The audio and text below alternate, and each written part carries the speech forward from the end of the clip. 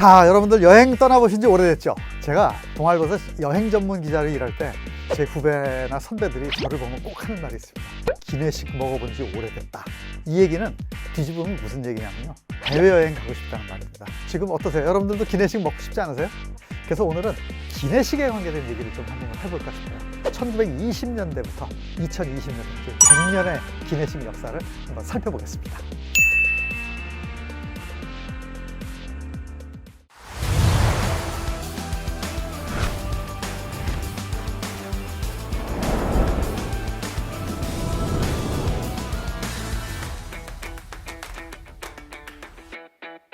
민간 항공기 시대가 열린 거는요, 제1차 세계대전이 끝난 직후입니다. 1914년에 전쟁이 발발해서 1918년에 끝납니다. 그래서 19년부터 이제 평화로운 시대가 개척이 되죠. 1919년이 되면은 영국에서는 비행기가 너무 많으니까 다 못 쓰게 된 거라서 고철덩어리로 이제 다 파기하는 작업을 하죠. 이제 그런 회사를 영국 정부가 만듭니다. 그때 핸들리 페이지라는 사람이 그 회사를 자기가 운영을 하겠노라 그래갖고 핸들리 페이지가 그 회사를 운영을 하면서 전쟁 때 썼던 비행기들을 개조하는 작업이 시작이 됩니다. 이 비행기는 폭격기였어요. 그 비행기를 가지고 여객기를 만들어요.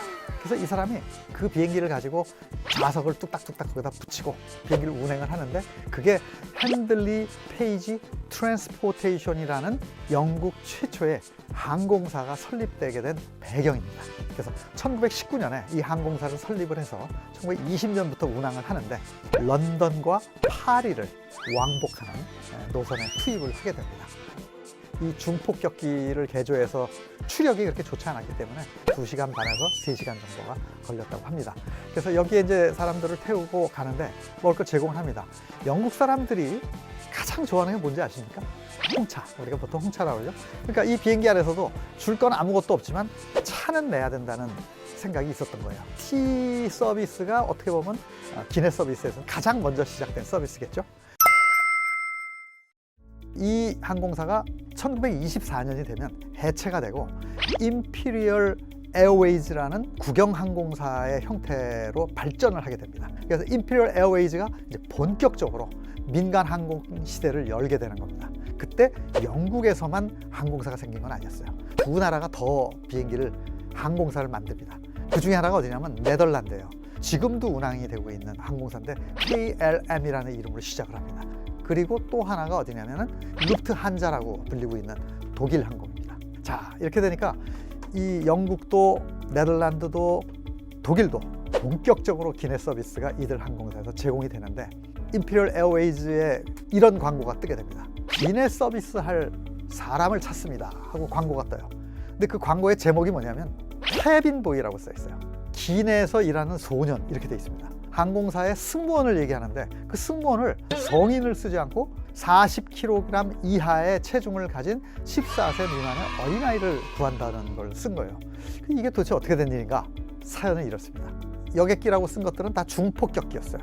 폭탄을 싣는 자리에 사람을 실은 건데, 여기에 이제 의자도 설치해야 되고, 또 기내 서비스를 하려면 뭐 여러 가지가 들어갑니다. 그러니까 비행기가 중량이 자체가 늘어나는 거예요. 그러니까 여러 가지 수치 차단을 맞춰보면 승객은 이만큼 실어야 되고 서비스 할 사람은 필요하고, 그러니까 어떻게 됩니까? 서비스 할 사람들의 체중을 줄여버리는 거예요. 그러다 보니까 성인을 태울 수가 없고 어린아이를 태우게 됩니다. 그래서 캐빈 보이가 최초로 기내 서비스를 했다는 기록이 지금 남아 있습니다. 이런 기내 서비스들이 1924년이 되면 이제 장거리 노선으로 가면서 점점 충실하게 되는데, 그렇지만 이게 장거리를 간다? 근데 어디까지 가는지 아십니까? 영국에서는요, 런던에서 홍콩까지 갑니다. 네덜란드 식민지가 어디죠? 네덜란드 식민지는 인도네시아였어요. 그래서 동남아 쪽으로 확장이 됐습니다. 얼마나 가냐? 15일에서 20일 사이 정도 한 노선 가는데, 이거 왜 그런지 아십니까? 항속거리가 짧고, 그 다음에 비행기 기름을 많이 못 실으니까 어떻게 합니까? 계속 가다가 쉬는 곳이죠. 근데 이렇게 갈 수 있었던 것은 식민지를 경영을 하고 있었기 때문에 가능한 겁니다. 그래서 이제 이 비행기를 타고 가는데 서너 시간 가다 이제 내립니다. 공항에 내려가지고 비행기는 기름 넣고 고칩니다. 그럼 손님들은 나와서 테이블 하나 놓고 비행기에서 실어왔던 음식을 거기다 차려줍니다.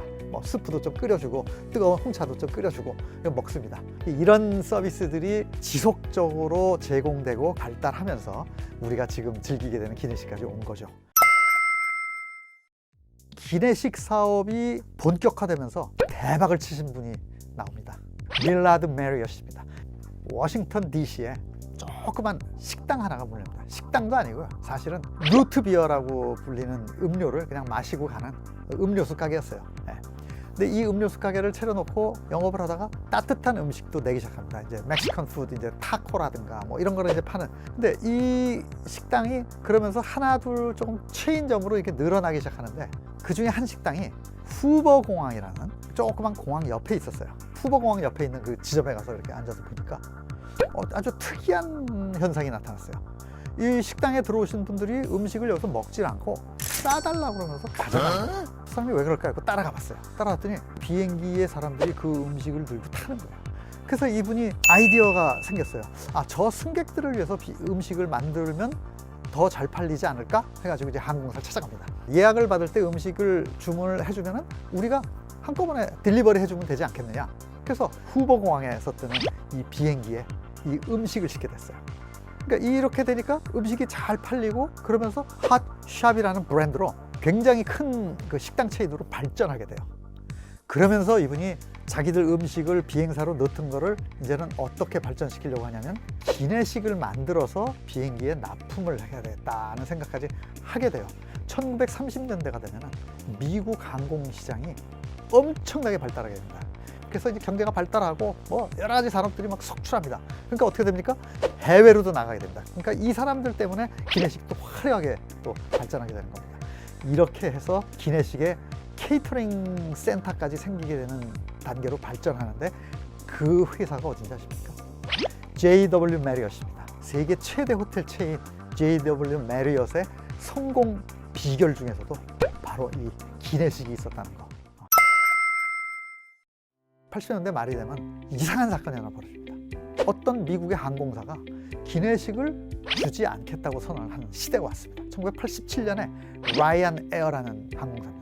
라이언 트래블이라는 여행사가 자기들이 운영하는 항공사였어요. 기내식이라는 것들이 사람들한테 별로 환영도 받지 못하는 데다가 이 기내식 때문에 항공료가 비싸다고 생각하는 사람이 생긴 거예요. 그러다가 이 사람들이 그럼 우리는 항공 요금에서 기내식을 빼겠습니다. 그게 바로 버짓 에어, 즉 저비용 항공사의 시초가 된 겁니다. 그러면 이런 추세가 계속적으로 갔을까요?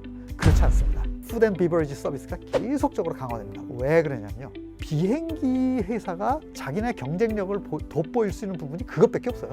비행기는 자기가 만들지 않죠. 다 사서 씁니다.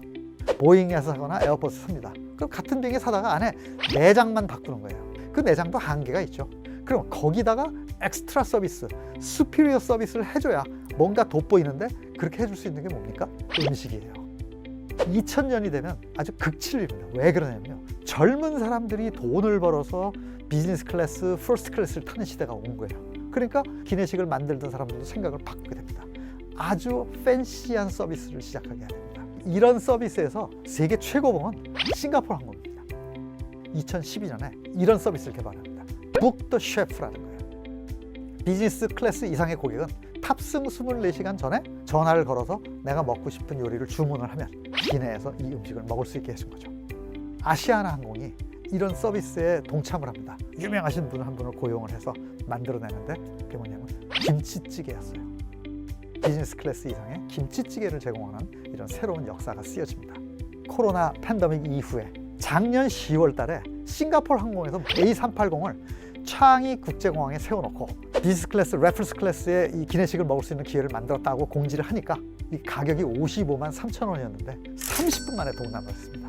또 영국 항공도 또 이 비슷한 행사를 작년에 했어요. 1인당 24만 6천 원 정도의 가격을 해가지고 비즈니스 클래스 음식을 딜리버리 해주는 거예요. 이 항공산업과 더불어서 아주 재미난 현상까지도 나타났죠. 항상 우리 여행에는 기내식이 따라다녔습니다. 그런데 지금 어떻습니까? 여행을 잃어버린 세대가 됐죠. 따라서 기내식도 잃어버린 세대가 됐습니다. 하지만 여러분들 실망할 필요는 없습니다. 머지않아서 다시 이 기내식을 먹을 적당한 시기가 올 겁니다. 어떠신가요? 오늘 영상 좋으셨나요? 여러분들 좋으셨다면 구독, 좋아요, 알림 설정 부탁드립니다. 맵시 있는 로드마스터 조성하였습니다.